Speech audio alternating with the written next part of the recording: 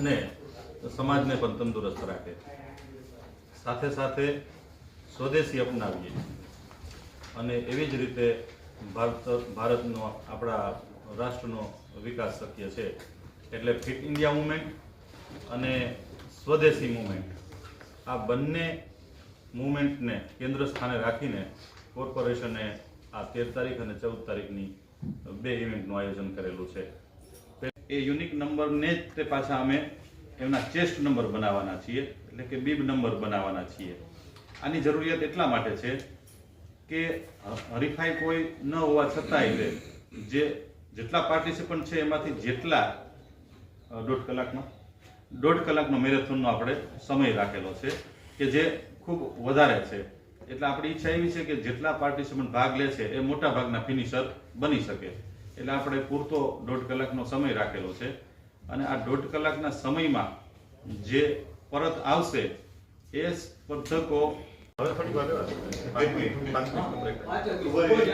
જામનગર મહાનગરપાલિકા દ્વારા અત્યારે હાલ કેન્દ્ર સરકાર અને રાજ્ય સરકારના ઉપક્રમે જે એક સૂત્ર આપવામાં આવેલા છે બે, એક તો છે ફિટ ઇન્ડિયા મૂવમેન્ટ અને બીજું છે સ્વદેશી ચીજ વસ્તુઓ વાપરો અને વોકલ ફોર લોકલ। આ બધા કન્સેપ્ટને ધ્યાનમાં રાખીને આગામી આ બાબતમાં વધુ બહોળો પ્રચાર પ્રસાર થાય એના અનુસંધાને અને જામનગરવાસીઓ ખૂબ ફિટ રહે એવી મનસા સાથે જામનગર મહાનગરપાલિકાએ આગામી 13 અને 14 ડિસેમ્બરના રોજ 2 ઇવેન્ટનું આયોજન કરેલ છે।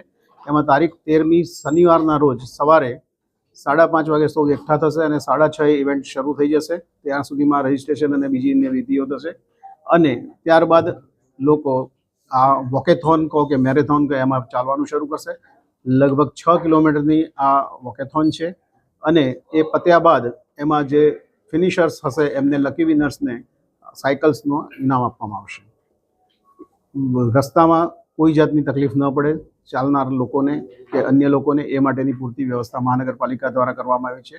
જેમ કે ફાયર બ્રિગેડની ટીમો, મેડિકલ સર્વિસ માટેની ટીમો વગેરે સતત પોતાની ચાંપતી નજર સાથે આ રૂટ ઉપર હાજર હશે કે જેથી કોઈ પણ અનિચ્છનીય બનાવમાં એ લોકો તરત જ સહયોગી થઈ શકશે। સાયકલો લગભગ 10 સાયકલો એ દિવસે જે લોકો 10 વિજેતા હશે એને આપવામાં આવશે। એટલે આમાં સ્પર્ધા કે રેસની રીતે વિજેતા નથી, પરંતુ જે લોકો નક્કી કરેલા સમયની અંદર યોગ્ય રીતે સ્પર્ધા પૂરી કરશે એ ફિનિશર્સ માટે લકી ડ્રો કરવામાં આવશે અને લકી ડ્રોના 10 વિનરને આપણે સાયકલ ઇનામ આપીશું।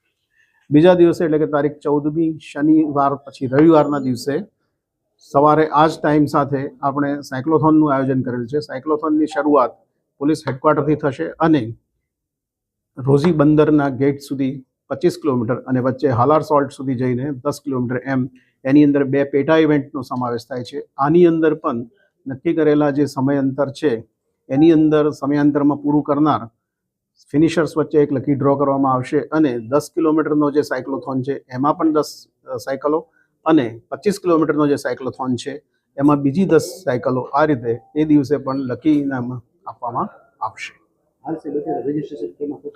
હાલ જ્યાં સુધી હું સાયક્લોથોનની વાત કરું તો બંને ઇવેન્ટમાં થઈને આશરે 2000 જેટલા લોકોએ રજીસ્ટ્રેશન કરાવ્યું છે। 1400 10 કિલોમીટરમાં છે અને 600 જેટલા લોકો 25 કિલોમીટરમાં છે। તો એ જ રીતે વોકેથોનની અથવા તો મેરેથોનની જો વાત કરીએ 13મી તારીખની ઇવેન્ટની તો એમાં પણ આશરે 1700 કરતાં વધુ લોકોએ અત્યાર સુધીમાં રજીસ્ટ્રેશન કરાવી લીધેલ છે। પ્રથમ જે લોકોએ રજીસ્ટ્રેશન કરાવ્યા છે એવા પ્રથમ 700 જેટલા લોકોને આપણે ટી શર્ટ પણ સાથે ગિફ્ટ આપવાના છીએ। એની ડિટેલ પણ ટૂંક સમયમાં એમના SMS-થી મોબાઈલ પર જે લોકોને મળે એ લોકોને આવવાનું રહેશે। આ ઉપરાંત આમાં કેટલીક બેન્કોએ પણ આપણને સહયોગ આપ્યો છે, જેમ કે HDFC બેંક, યુનિયન બેંક, દેન 3-4 બેન્કો છે એ બધાએ પણ સહયોગ આપ્યો છે, એમનો પણ આ તબક્કે આભાર માનીએ છીએ। રજીસ્ટ્રેશન ક્યાં સુધી ચાલુ રહેશે? રજીસ્ટ્રેશન આવતીકાલે એટલે કે શુક્રવાર તારીખ 12મીના રોજ સાંજે 5 વાગે બંને ઇવેન્ટ્સ માટેના રજીસ્ટ્રેશનની સમય મર્યાદા પૂર્ણ થશે। સ્વચ્છતા માટે અપીલ